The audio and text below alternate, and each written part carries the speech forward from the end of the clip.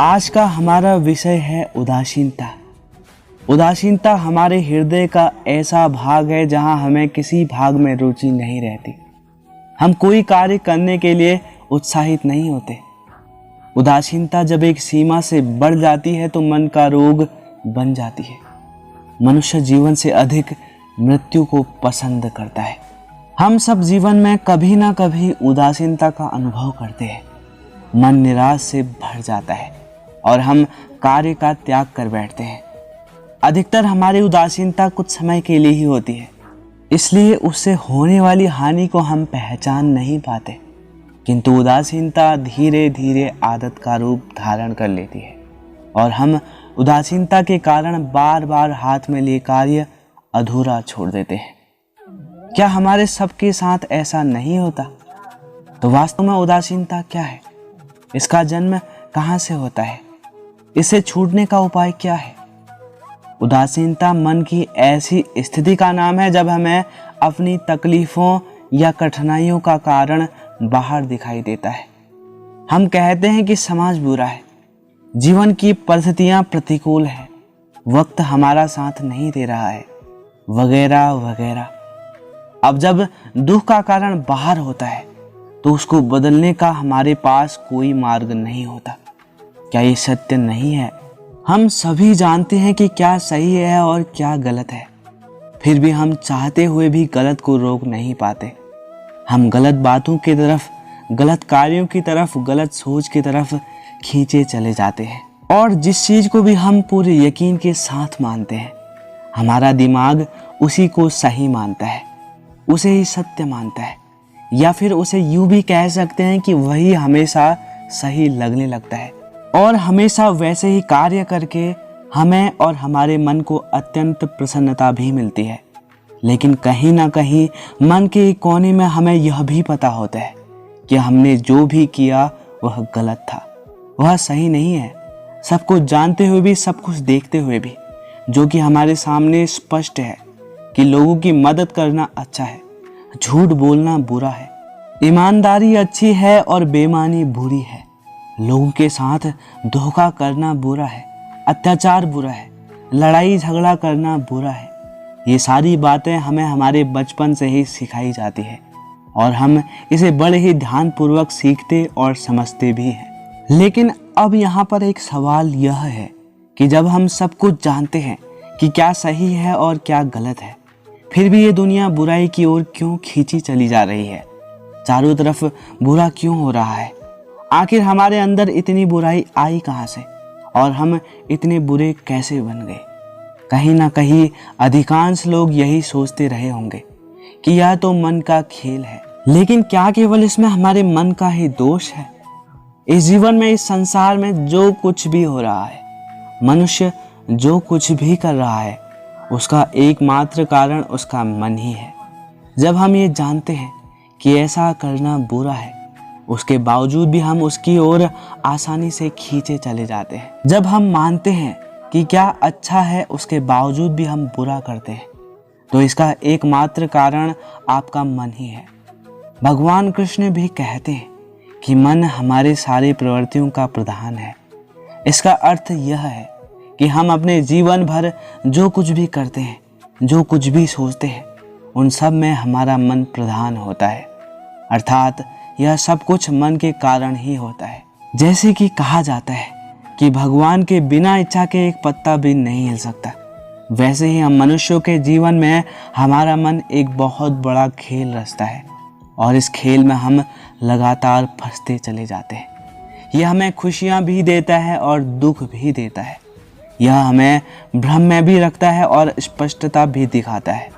और जब ये आपको पूरी तरह से दुख से घेर लेता है, तब ये आपको तरह तरह के लालच देता है, स्वांग रचता है। ये भीतर ही भीतर हमें कहता रहता है कि इस रास्ते पर चलो, ये रास्ता तुम्हारे लिए अच्छा है, इस रास्ते पर चलकर तुम्हारे सारे दुख हमेशा के लिए खत्म हो जाएंगे।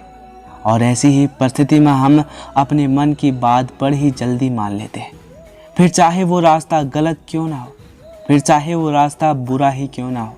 लेकिन हमारी आंखें तो बंद हो चुकी होती है और तब हम केवल अपनी मन की आंखों से आगे बढ़ते चले जाते हैं, क्योंकि हमें वो रास्ता सही नज़र आता है।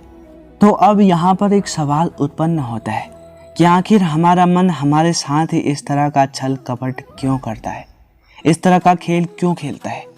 इसे जानने के लिए मैं आपको एक छोटी सी कहानी सुनाने जा रहा हूँ। इस कहानी के माध्यम से आप ये समझ पाएंगे कि ये हमारा मन हमारे साथ किस तरह का खेल खेलता है और हमें इस पर किस तरह से नियंत्रण पाना चाहिए। एक गांव की बात है। उस गांव में एक साधु रहा करते थे। उन साधु के बारे में दूर दूर तक लोगों को पता था। वे साधु बहुत बड़े ज्ञानी थे। उनकी प्रसिद्धि दूर दूर तक फैली हुई थी।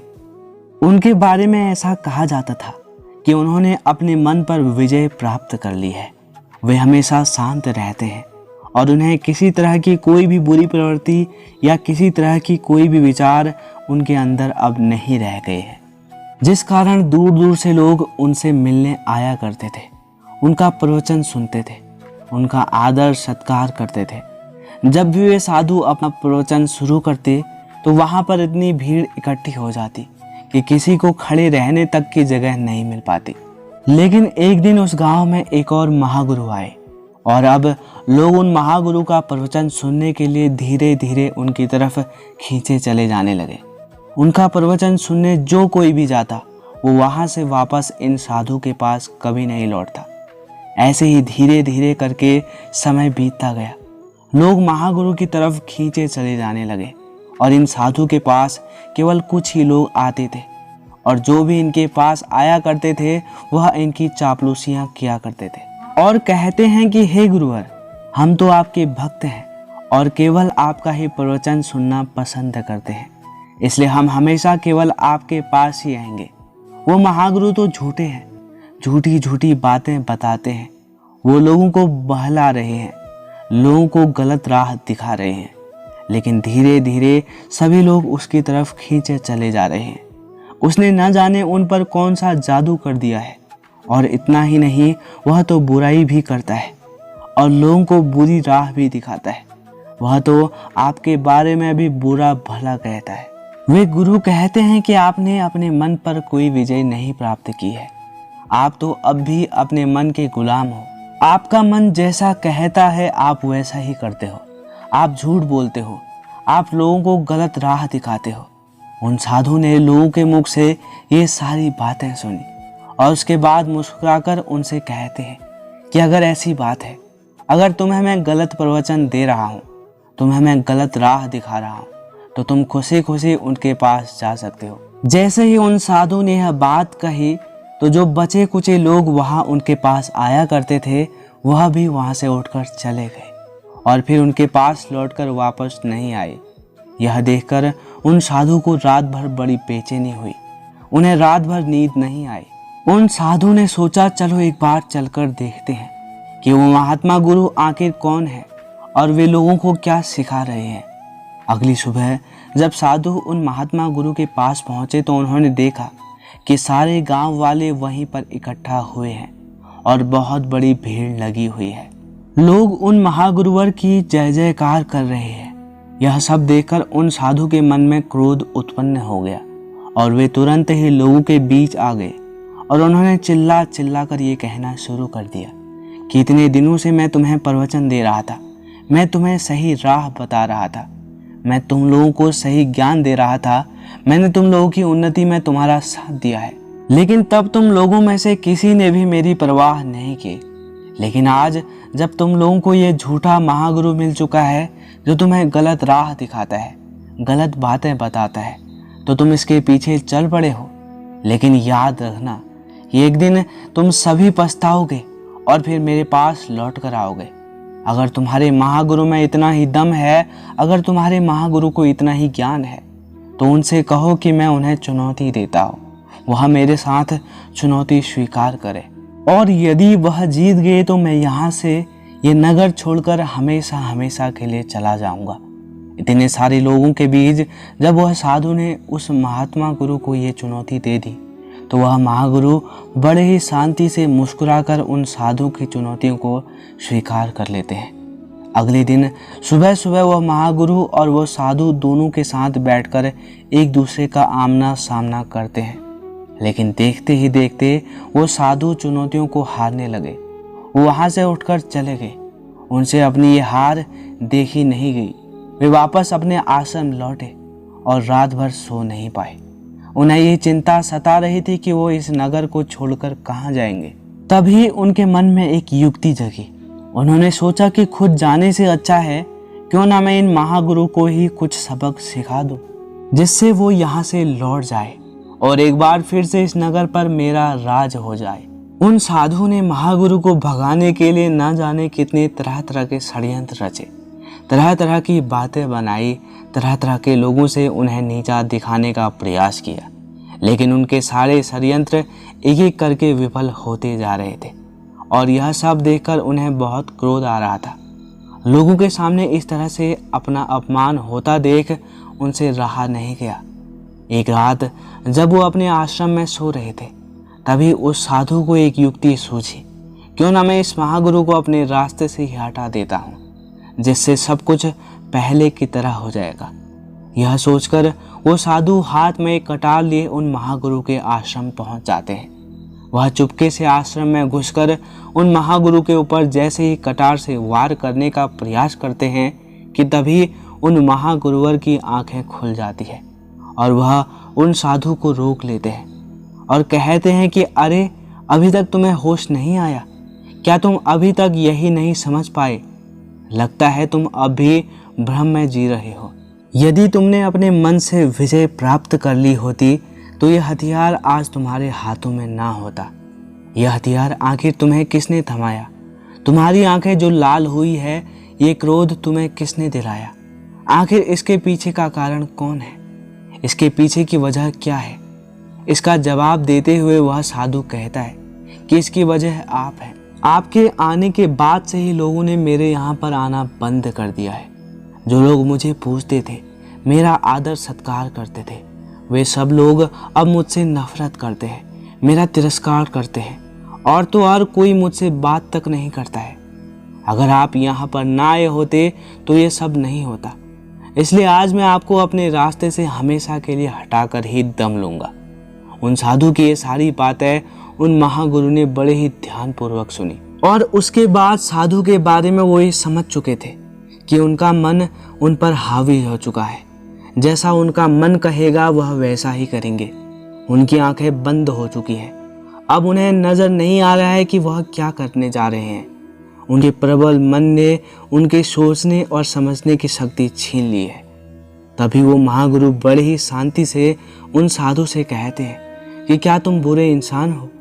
इस पर वो साधु कहता है, नहीं, मैं बुरा इंसान नहीं हूँ। तभी वो महागुरु उस साधु से कहते हैं कि क्या तुम झूठे हो, अत्याचारी हो? इस पर वो साधु कहते हैं कि नहीं, ना तो मैं झूठा हूँ और ना ही मैं अत्याचारी हूँ।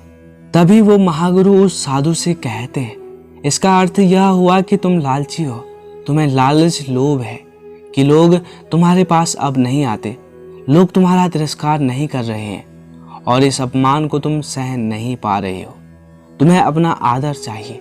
इस पर वो साधु कहता है, नहीं नहीं, मुझे इनमें से कुछ नहीं चाहिए, लेकिन आज मैं जो करने आया हूँ वो तो करके ही जाऊंगा।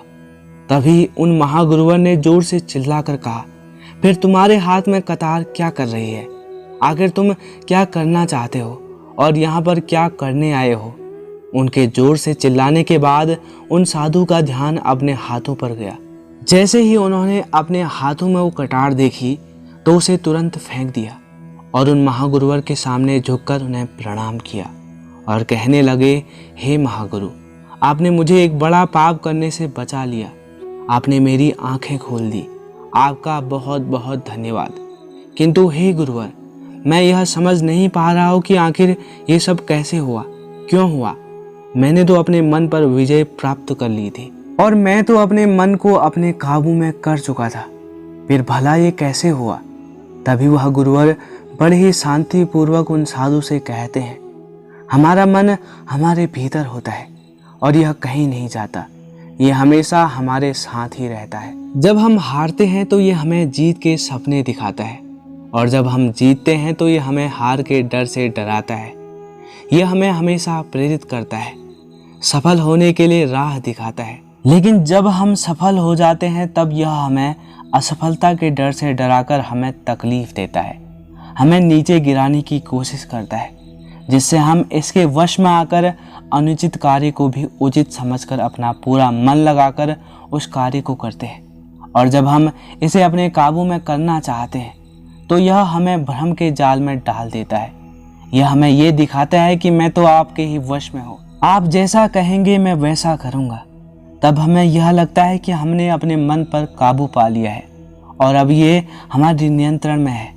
पर जैसे ही वक्त आता है यह हम पर पूरी तरह से काबू पा लेता है और जैसा वो चाहता है फिर वैसा ही नचाने लगता है और हम भी आंख बंद करके जैसा ये कहता है वैसा ही करते चले जाते हैं।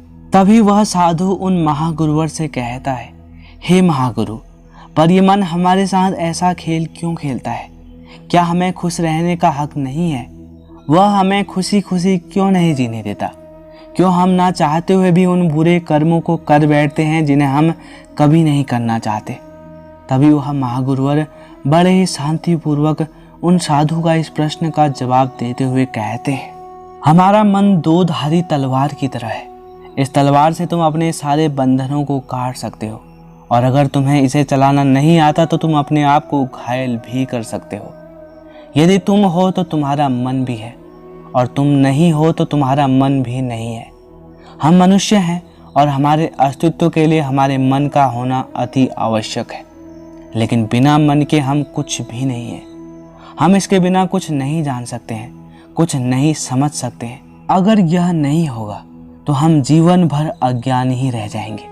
लेकिन मन के द्वारा तुम बहुत कुछ जान सकते हो, बहुत कुछ पहचान सकते हो, ज्ञान की प्राप्ति कर सकते हो, सत्य की राह पर आगे बढ़ सकते हो, क्योंकि वह मन ही है जो हमें सही और गलत का भेद बताता है।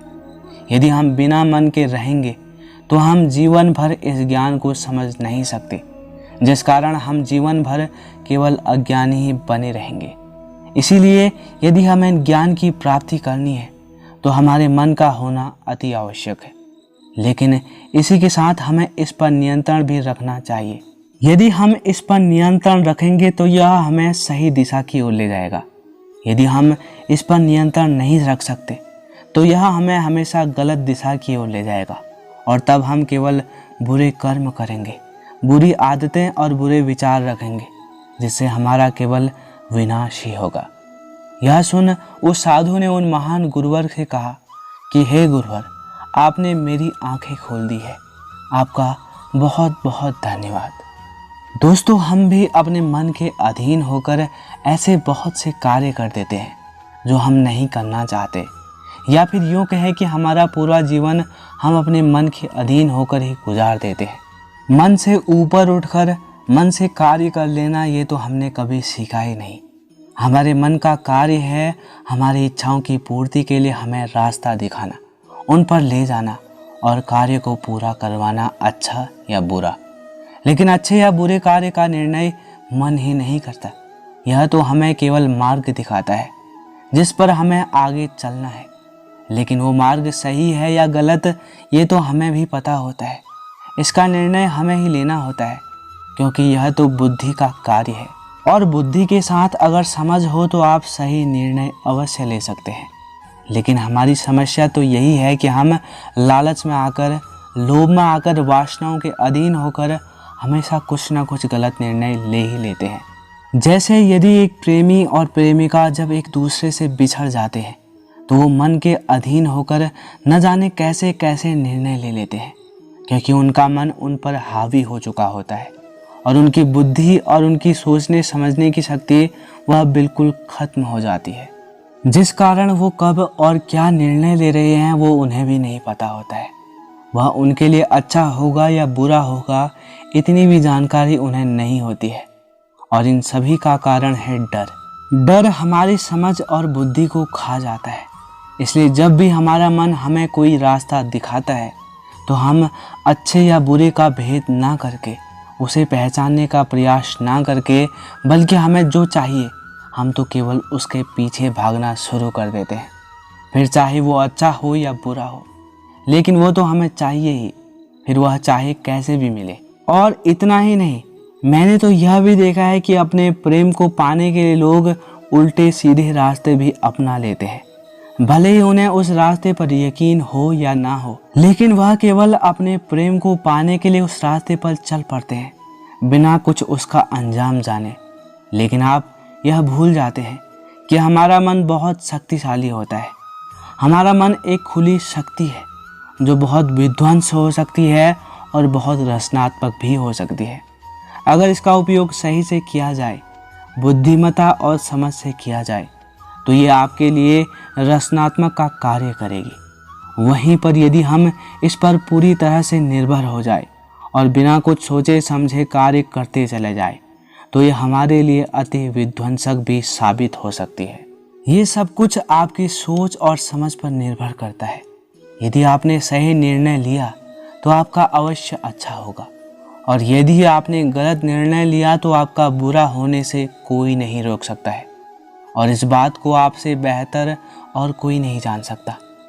ऐसा कभी ना कभी तो वक्त ज़रूर आया होगा जब आपने अच्छे वक्त और बुरे वक्त में निर्णय लिया होगा, और उसका अंजाम क्या हुआ है इससे बेहतर और कोई नहीं जान सकता, क्योंकि हमारी समझ का विनाश सबसे अच्छे और सबसे बुरे वक्त में ही होता है।